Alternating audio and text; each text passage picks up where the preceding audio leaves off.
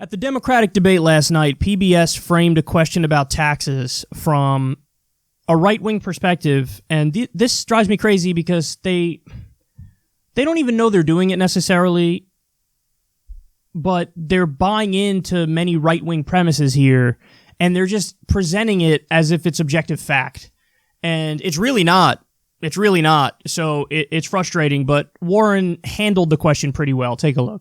Every candidate on the stage has proposed tax increases on the wealthy, but you have especially ambitious plans that, apart from health care, would hike taxes an additional $8 trillion over the decade, the biggest tax increase since World War II. How do you answer top economists who say taxes of this magnitude would stifle growth and investment? Oh, they're just wrong.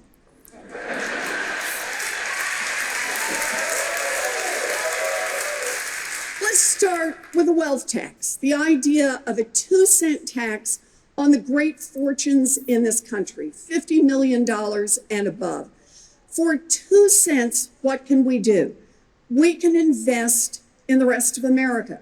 We can provide universal child care, early childhood education for every baby in this country aged 0 to 5.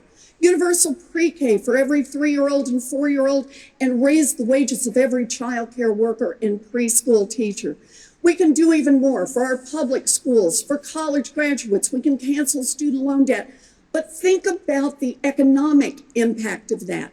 You leave 2 cents with the billionaires, they're not eating more pizzas. They're not buying more cars. We invest that 2% in early childhood education and child care. That means those babies get top-notch care. It means their mamas can finish their education. It means their mamas and their daddies can take on real jobs, harder jobs, longer hours. And we can increase productivity in this country, and we can start building this economy from the ground up. That's how we build it in small towns. That's how we build it in rural America, and that's how we build it in urban America, an economy that works Brief not answers. from Wall Street, but that works from Main Street. So there's a bunch to say about that. First of all, they asked the question of Warren and basically said, like, oh, your plan is special in the sense that it really raises taxes on the rich the most. That's just not true. They singled her out as if, like, oh, her plan is especially hard on the rich. That's not true. Bernie's goes further than Elizabeth Warren's. Now, I don't think it's nefarious. I just think that they really don't know that Bernie also proposed a wealth tax, and Bernie's wealth tax goes further than Elizabeth Warren, because the media went in-ski talking about Elizabeth Warren's wealth tax.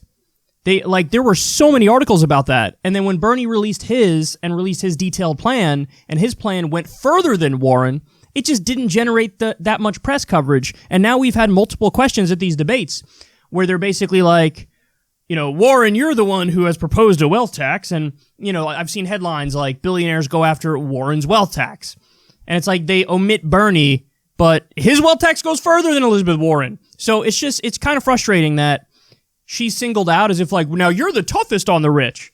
No, she's not. And that should be unsurprising to people who follow this stuff in and out. Now, that doesn't mean her wealth tax plan is bad. It's actually pretty good, but I think Bernie's is better. But, they just, like, omit him, and that annoys me. But anyway, I digress from that. The question was framed as, well, obviously, if you raise taxes on the rich too much, this is a giant problem. Economists say, hold on now. There was an era in U.S. history where it was called the Golden Age of Economic Expansion. This was, of course, post-World War II, and there were a variety of factors went into it. Don't get me wrong. A variety of things went into it. However, the top marginal tax rate on the rich was as high as 93%.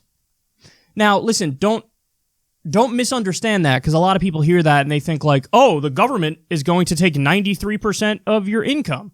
No. That's not the way a marginal tax rate works. A marginal tax rate means everything above a certain line is taxed at 93%. And that 93% doesn't include, the loopholes and the deductions that you can get. So the effective rate is going to be much lower than what's called the nominal rate. 93% is the nominal rate. But that's neither here nor there. Fact of the matter is, during the golden age of economic expansion, the nominal top marginal rate was 93%. The effective rate was about 43%, which is way higher than what we have now, okay? And we had the most prosperous economy we've ever had in U.S. history. Now, again, a lot goes into that because Europe was totally obliterated because of the war, and we were kind of like the last man standing. So, manufacturing had to be a hub in the United States, and we were the leader of the world. So there's a lot that goes into it, and I don't want to make everybody think it was only the fact that we had high taxes on the rich that led to a prosperous economy. Because it's not that. But is it a factor? Is it the case that, if you raise taxes on the rich, it will by definition hurt the economy? That's not true at all. And they're presenting it as if that is the case. They're presenting it as if obviously all economists agree you can't raise taxes on the rich like that. They most certainly do not.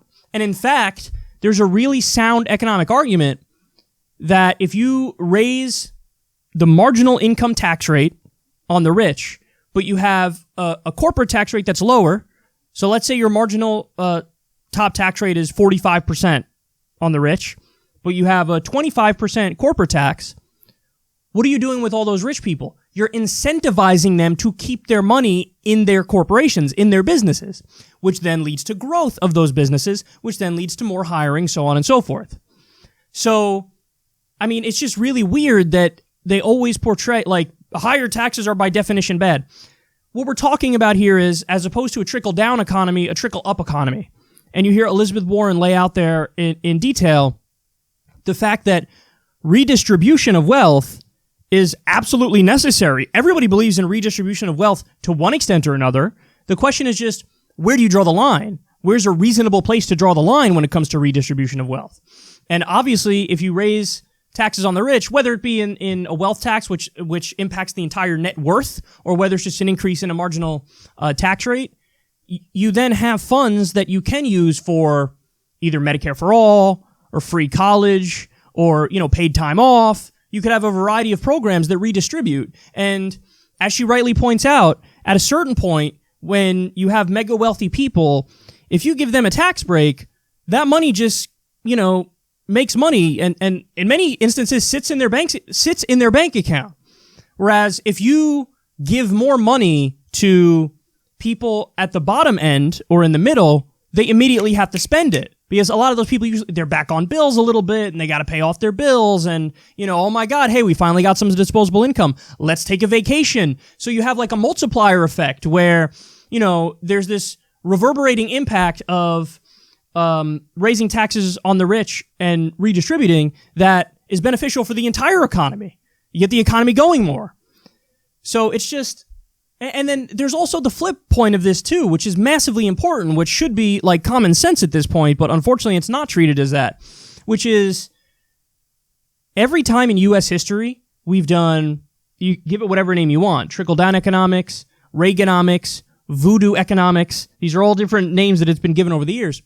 Every time we've done that, there's been what's called a boom-bust cycle. So if you massively cut taxes for the rich and deregulate at the same time, if you marry those two things together, the stock market takes off and everybody thinks, oh my God, the good times are never going to end. Look at, all the corporate profits we're swimming in. And then eventually the bubble bursts. And that's what, in part, what led to the subprime mortgage crisis and the Great Recession, along with the repeal of Glass-Steagall. And that's also what led to the Great Depression. Also, that's what led to the post-Ronald Reagan recession, because he was the king of Reaganomics, obviously, and he cut taxes for the rich and deregulated like crazy. So the real lesson is actually the exact opposite of how the question was presented. The question was presented obviously raising taxes on the rich is bad for the economy. Are you kidding me? That's not true at all. That's not even close to true. The economic history shows the exact opposite, that when you do trickle-down economics, we're on borrowed time and we're going to have another boom-bust cycle. Now, again, if you compare that with the golden age of economic expansion, where even under a Republican president like Eisenhower, we had a 90% top marginal tax rate. We didn't have any giant crashes, and we had steady growth for decades.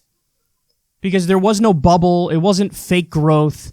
It was sustainable growth, and it was married with more pro-labor policies, and it was married with, we had higher rates of unionization, and it was married with higher taxes on the rich, which allowed us to redistribute and keep income inequality under control as well, which then also has positive effects. Back then, you had like a 25-to-1 ratio for CEO pay versus average worker pay. Now we're over 300-to-1.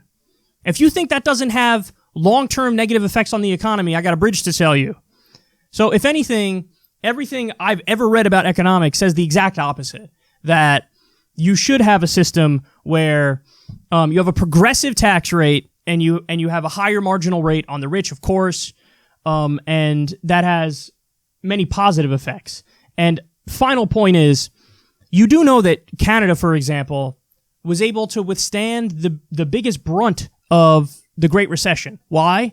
Because they never deregulated their banks, and they always had a more left-wing approach to economics.